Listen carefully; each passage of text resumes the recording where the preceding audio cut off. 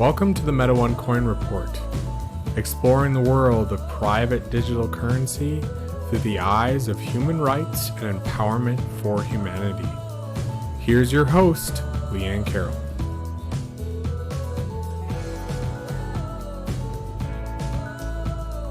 Meta One Coin is a new sovereign currency with a social mission.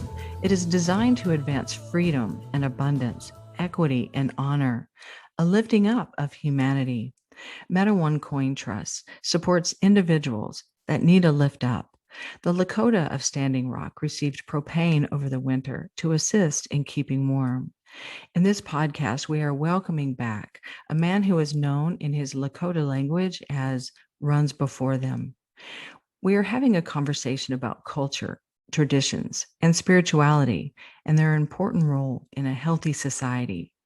Hear firsthand the actual history of the Native American life. Runs Before Them speaks of restoring the identity of the Native American male through work he calls the Common Man Society. It is an inspirational, courageous, and beautiful work to assist those that have lost their spirit and identity to regain it and become strong from the inside out. I believe this important work can assist humankind in many areas. Please join me in welcoming Runs Before Them to the podcast.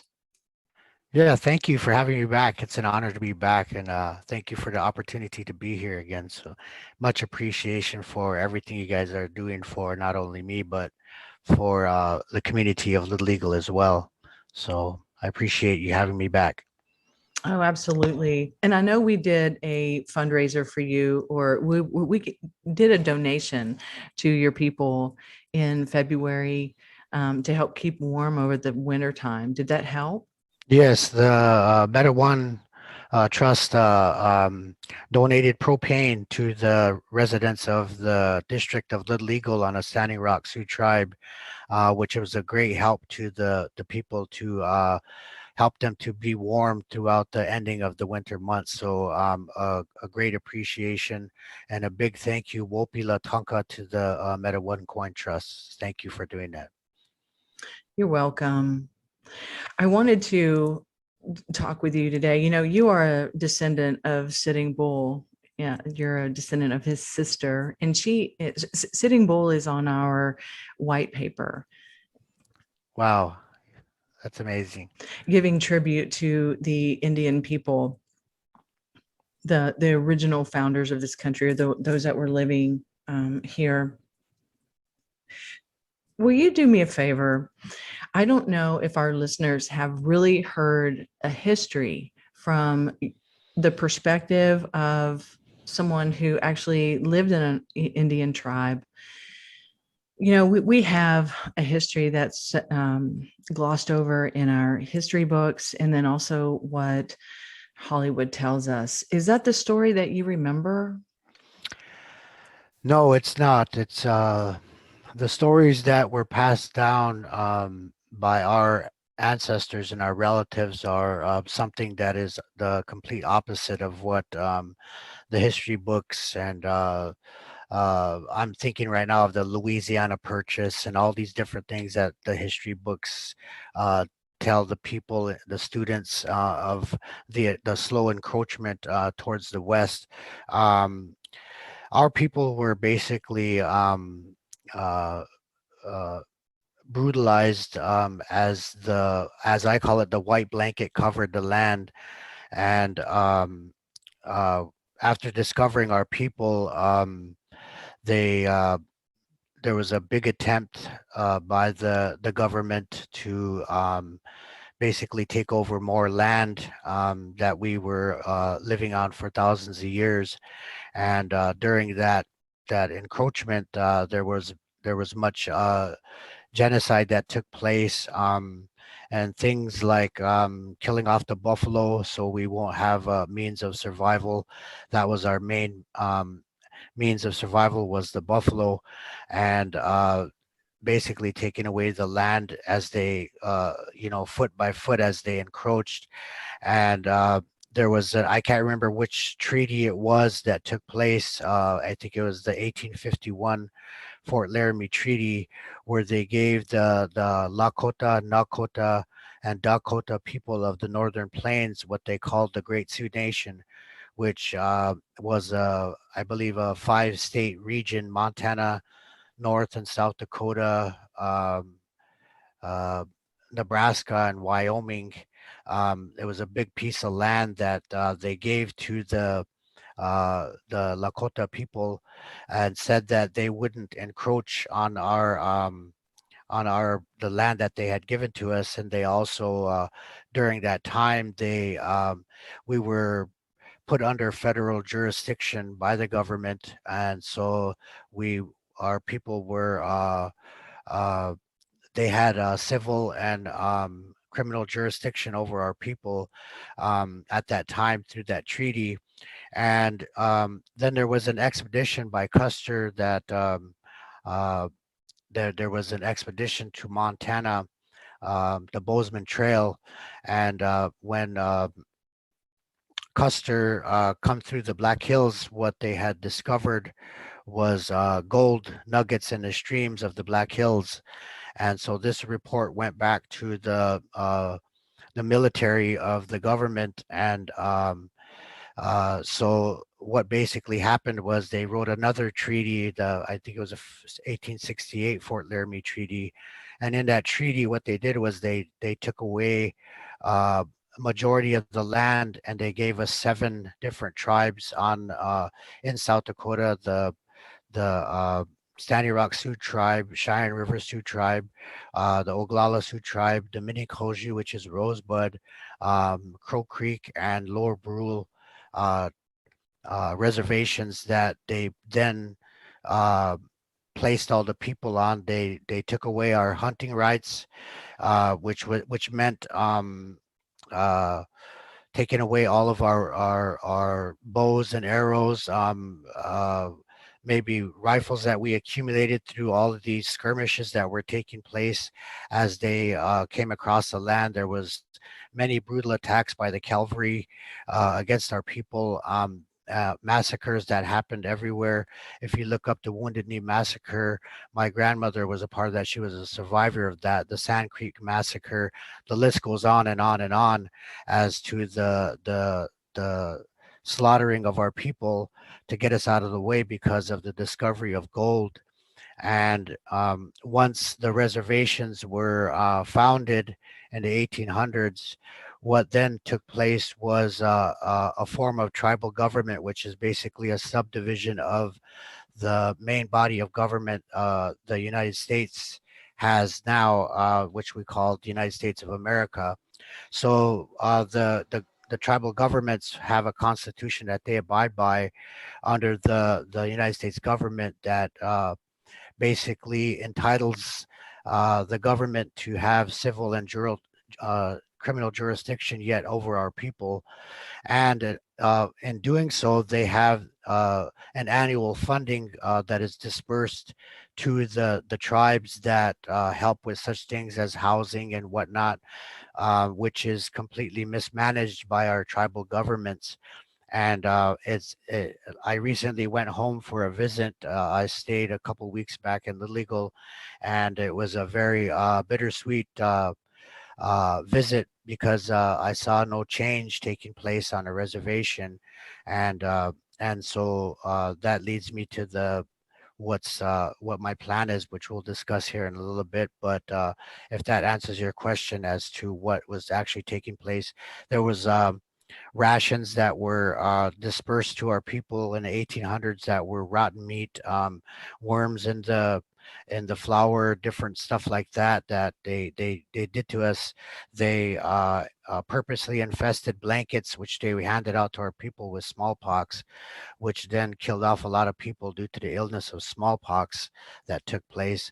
And so these things aren't things that you'll see in any history books that are out there in the educational system, but our family passed down through oral history of these atrocities that took place to our ancestors, and it's still in some way political genocide is still taking place on the reservations across the nation, like the oil pipelines, the fracking, different things like that that are still taking place that are basically breaching the treaties that they once said that is the supreme law of the land. While they're still breaching the treaties today in 2021, they're breaking those treaties with our people that they made with us in the 17 and the 1800s.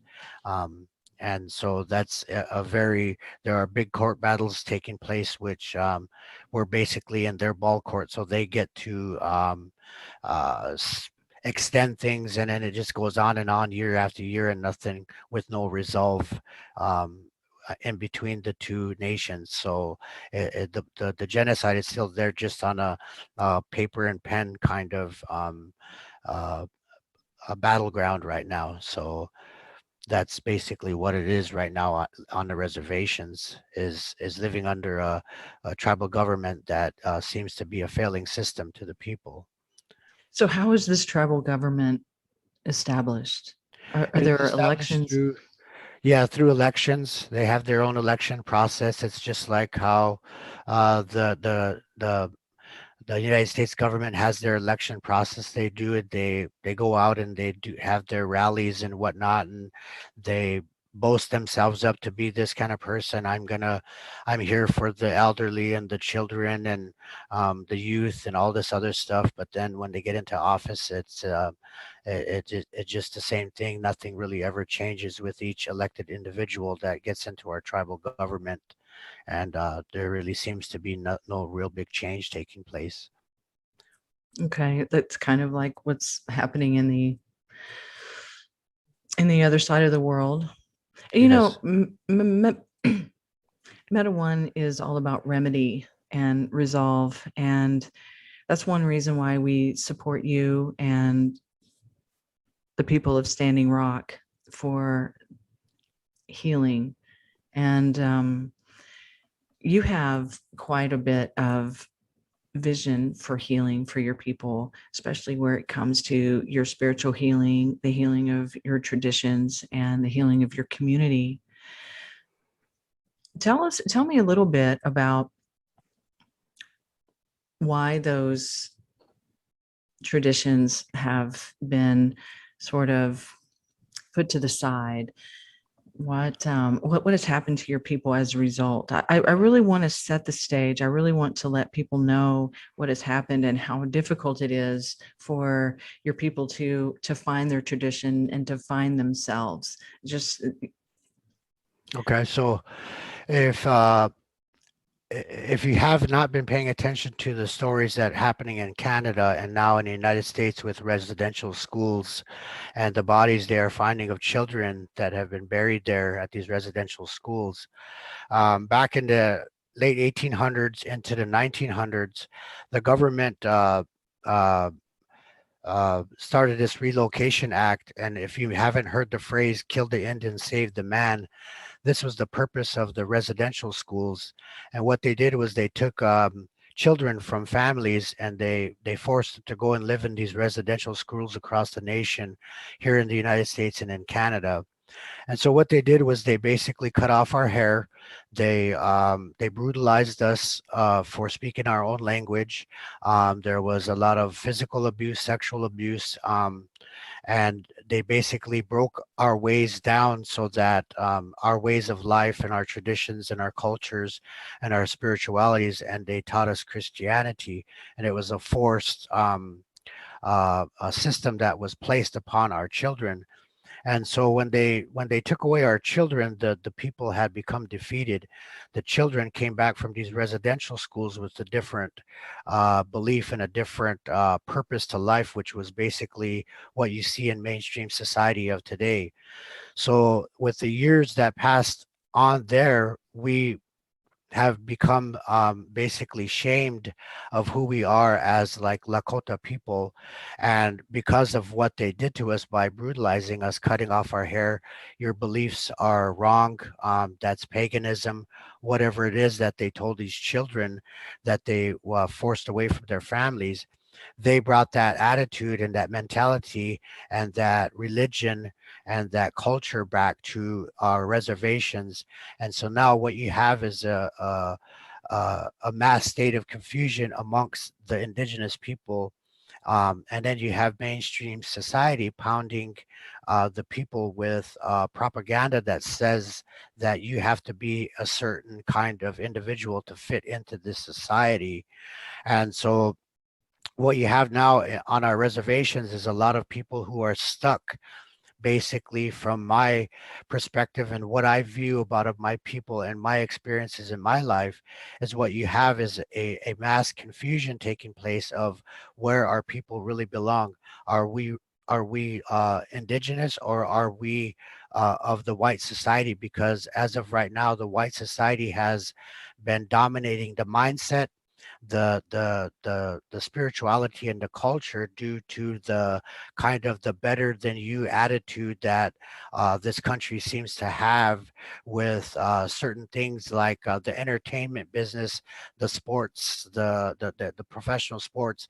Different, the list goes on and on as to the brainwashing that's taking place to our people. That and then when you don't have a certain amount of people who are really focused on the spirituality, the traditions, and the culture, what you have is a loss, a slow decline of the belief of our heritage, our value system, our rites of passage, our honor system. Those things right now, going back home, I knew and I witnessed that the culture and the traditions and the spirituality are still alive there. They're just suppressed so much that nobody, the people are feeling defeated by the system that is holding them in place and suppressing them. So they don't want to be able to advance to being who they truly are as a Lakota person, as a human being, then a Lakota person, and then whatever it is that as that they may identify after that. So going back to the human aspect first, which is basically the values of a human being and how we conduct ourselves as men. The program that I'm trying to get started is basically breaking the men down from what mainstream society has told them what they are, whether it's a felon, an addict, or an alcoholic, or a deadbeat dad, or whatever it is that the society has, um, the label that they have placed them on each individual. We want to be able to take that away from their inner being and replace it with who they truly are as humans, and then as Lakota, Hukpapa Lakota, and restore the values, the morals, the ethics, and traditions, culture, and spirituality into each individual, so that um, and the reason why this plan must take place is because right now we're in a society where we have a lot of individuals stating that, and you see it all over social media, that all men are bad. Well, that kind of came from white main white stream society, that we have white women that are coming up with liberation, saying that we are equal to the men. And the men of yesteryear, learning about alcoholism, drug abuse, and what they were taught in residential schools, the sexual abuse, the different things that they endured in their lives, being passed down through these cycles.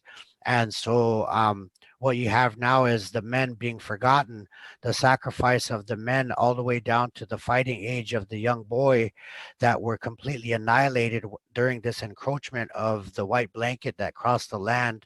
um, the people have forgotten about the duties and the deeds that the men had once did by providing and protecting their communities. And we want to be able to reestablish that, open up a different frame of thought when it comes to the men, and reestablish the purpose and the belonging to for the men on this earth during this lifetime. So that is the goal of this program that I'm going to begin here when I get home. So just basically a breaking down of what society has instilled in our young men, up to our elder men, and what we all can bring together in a circle to be able to learn from one another, and be able to tell one another as men that it's okay to cry, because in today's society we were taught that men don't cry, but men have feelings too, and we have tears that have been given to us by creator, and those tears heal us. And so different things, different aspects of the human being are what we're going to focus on with each individual on a spiritual basis. And then we're going to go back into the traditions, and reestablish things like the honor system. When a man does a good deed for his community or another individual, we will be able to honor them in such ways so that they feel like they have purpose in life, because we have a high suicide rate on Standing Rock. The dropout rate is also bad. The unemployment rate is very high. And so we have a lot, what's going on is we have a lot of men who have no purpose on a daily basis as to where they belong, what they can be doing for not only themselves but their families and their communities. So the purpose of them is lost. They have no purpose, and so they're living day to day with no purpose. And you have the easy things that they can do, like get high and get drunk. That seems to be the foundation of who they are, what they've grown into as individuals. And our people were once very proud, a very proud nation, and the men are still holding on to that pride, that true pride of being a Hunkpapa Lakota. And they're waiting for this opportunity, because when I went home, the men were eager to get this started. They wanted guidance, they wanted advancement, they wanted direction from somebody or some place that they could show who they were as a common man. And so the name of this whole program is the Common Man Society, the wucasa-oyate. So we're a bunch of common men directed by spiritual and medicine men that will be practicing our rituals, our daily tasks as men, in protecting and providing for the community, for the women, for the elderly, and the children. And we'll slowly work into the process of getting back to the foundation of who we are as human beings, then as Hunkpapa Lakota. And it's going to be a long process, but in phase two, we are at phase one right now in this plan, in this program. So at phase two, we're going to be explaining and expressing and showing what the progress is being made through our rituals of our spirituality, traditions, and culture. And we'll be able to show from the starting point as to the advancements of where the men have come mentally, physically, and spiritually on their journey as reclaiming who they are as a Lakota Wichasha, as a Lakota man. So that's the endeavor that I'm on right now, is to take this back to Little Eagle, where my hometown is, and get this started. And one of the main reasons why, and you mentioned the Sitting Bull earlier, he's my grandfather. Sitting Bull once said, "Let us put our minds together to see what we can create for our children."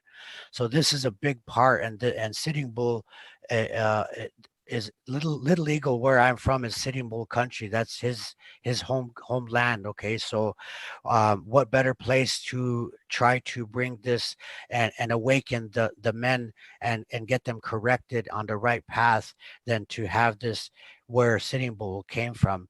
So it's a great honor for myself and the individuals back home who are involved in this process to get the men back on the right track. And so this is the beginning stage, and I'm very honored to be able to step into this circle and this endeavor, and to try to get us back on the right track as Hunkpapa Lakota. So that's what my purpose is right now. So Oh, that's so if that beautiful. And it sounds like what you're saying, we could use all the way across society. It, yes. it's definitely something that is important all across the board. And I love how you mentioned Sitting Bull, because we honor Sitting Bull and the vision that he had and the strength that he had in our white paper, as because we are a remedy for humanity, and we must honor those that came before us. And I know that he would be proud of you if he were here today. Yeah, I feel it. I get the messages from ancestors a lot, and the spiritual part of this whole thing is basically for the past 11 years is what's guided me to this and today, and so it's like the messages that I have not been ignoring through spirituality are the reasons why this is put together in such a way. The messages were from the ancestors, and so it's a to say it in such a way as it's a foolproof plan because it's the way our people once lived. And although we cannot get completely back into living in teepees and hunting a buffalo and whatnot, we can still be grounded by our spirituality, our traditions, and our culture, and combine that to mainstream society to where living away from home, I've learned a lot about how not to live. And so I want to take that back and say, hey, look, this is what I learned away from home, and this is the way we should live at home on the lands that we treasure, because the Lakota people are supposed to be are called the keepers of Mother Earth. And so the beginning of this common man society and reestablishing those bonds with of the yesteryear of our ancestors will help create a better, safer community for those who are living in the community. And once this proves its stability through spirituality, then I'm hoping that once I finish writing the whole program, that I can share it with other tribes throughout the nation, and they just put their rituals, the way they did their spirituality and traditions into this plan, and it can blossom and create sacred circles around the country as well. So that's what the big plan is for that, is for other tribes to be able to heal the way our men are healing of today. So that we're going to attempt to do with this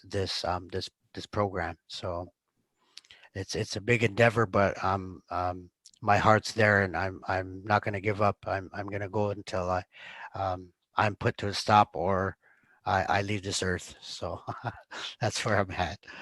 Well, you actually have a whole lot of support around you. I can feel it. And Yes. spiritual healing is what we need, not only through the Lakota people, but for humanity. It's Yes. definitely, and not just through men's circles. And that's what you're focused on right now, but through women and children, just the entire society. Yes. And I know that your request is also to collect things. And I know that you need things that can help you, like just for your tribe there, or just the whole area could use things like things for babies, things for mothers, diapers, clothes, shoes, Yes. just basic necessities. It's hard for me to imagine what life is like since I haven't been there, but is everything like, how do you say a lot of things were donated? How do you guys create value? How are there are there goods and services, or how does your economy work? Is there an economy? Is it all just passed down from the government? It's all, a lot of it is passed down to the government, so there's no really no daily function for each individual. The unemployment rate is so high, there's not jobs for everybody. And then the dropout rate behind that, you really can't get a job without a high school diploma. So then people are just stuck in a certain area. So what happens is you got what's called general assistance checks from the government, which a lot of people file for to have some kind of monthly income coming in. They file for these general assistance checks, and then the government sends them checks every month due to the size of the family. They get so much money, and so a lot of it it's relying on the government the way they forced us to. So the genocidal model is still in place. They're still they want our people to not be able to expand and grow and be thoughtful, being inventive, being creative, whatever the thing may be. And so a lot of our people are relying on these monthly checks. And then you have such thing as like the food stamp thing, where a lot of people, they get food stamps for their family, but the grocery stores that are surrounding the Standing Rock Sioux tribe, what they're basically selling our people is junk. It's unhealthy. And so one of the things that I want to begin with in our district is opening up a community garden, and we start teaching people how to actually plant a garden, teach them how to can, and without all the preservatives and all this other stuff, and then teach the people a different way of getting and consuming the food that they get on a daily basis. So, and then you have what's called the USD commodity system, which is basically the rations that the government deems safe for our people to receive. So they get monthly commodities, which is majority of time it's canned goods, and sometimes they give out fresh fruit and vegetables and stuff like that. Catfish that are grown in farms and stuff like that, they hand that out to the people. And so that's what the people are relying on a monthly basis for survival. And there's really nothing that they can really gravitate towards to be able to build or create something in their own minds and bodies that will help other people, because of people being in a survival mode month to month. So it's very hard and distracting to be in survival mode and be creative at the same time. And that's what the people are going through on the reservation right now. So things like, okay, so the donation parts that I have an aunt who collects donations from certain people, and she does a monthly disbursement of clothes, of whatever. She feeds the elderly. She makes bread and soup, and she helps the elderly. She does these things for the community there. And so on the pamphlet that I sent you, there's a bottom part of this request for additional donations for the community, which is hygiene products, feminine products, different stuff like that. And at the end of it, I put in there for recreational purposes for the children. I asked for bikes, skateboards, etc. That's something that the children can do to keep themselves occupied on a daily basis, because in Little Eagle, where I'm from, there's one playground, but it's fenced in on the Head Start property, the preschool property, so the kids aren't allowed to access that.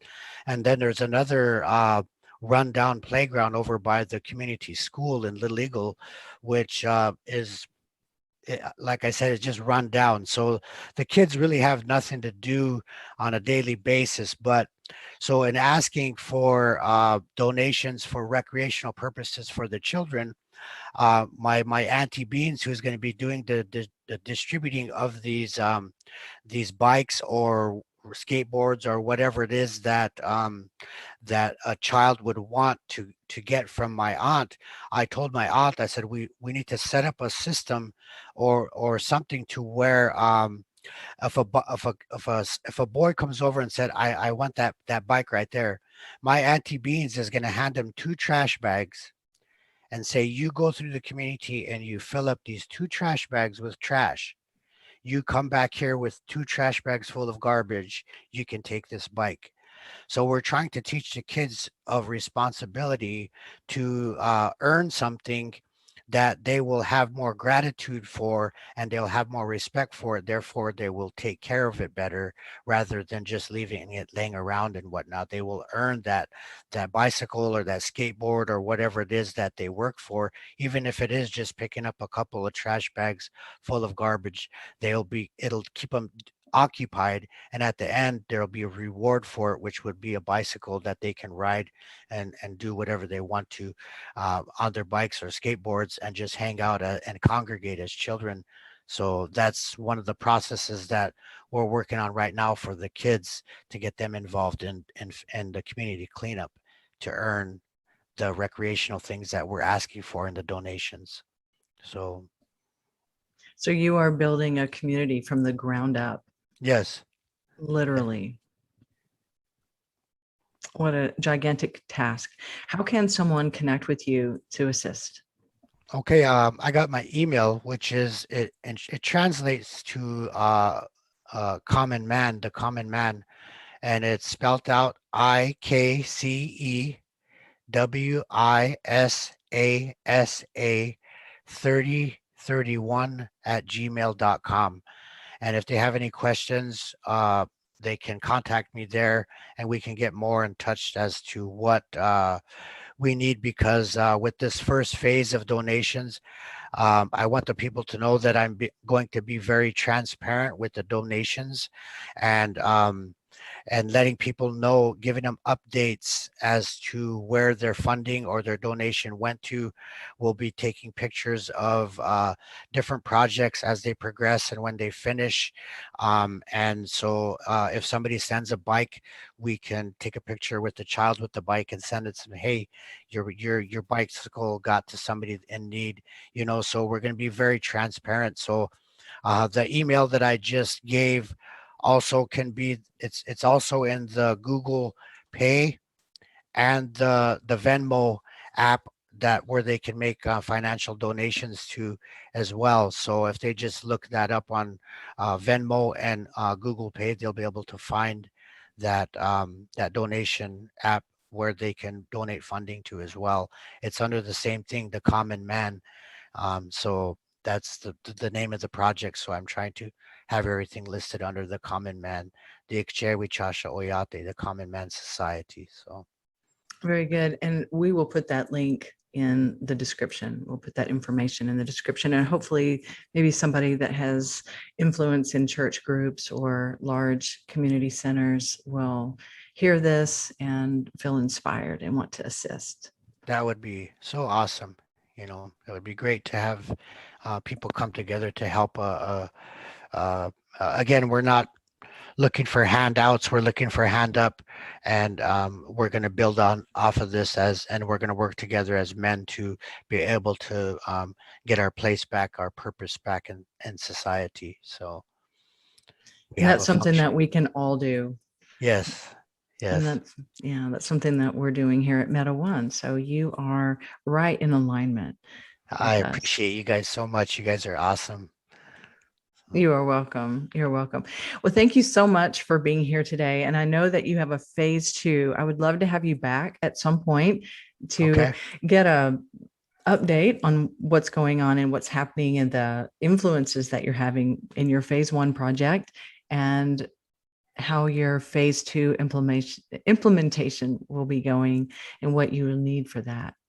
Okay, yeah, I will definitely keep you updated. And like I said, if people want more information, just send me an email and we can get into better communications to do that. And I can, talk more about them, about the plan, what they need to know. So I appreciate you guys so much for allowing me the time to express the plan that's in place here, and what we are doing as men back home on Standing Rock. And I appreciate everything that Meta One Coin is not only doing for the project that we have going, but for other projects and other societies around the country. We appreciate you guys so much. So Wopi Latanka, a great thank you to each and every one of you. Thank you. I hope this podcast was thought-provoking, inspirational, and interesting to you. To learn more about Meta One Coin or join the movement, please visit the website at metaone.io. To learn more about human rights and sovereignty, please visit number 8, Universal Law, number 8.io. We always look forward to reading your comments. We always appreciate a share. And until next time, live freely and live abundantly.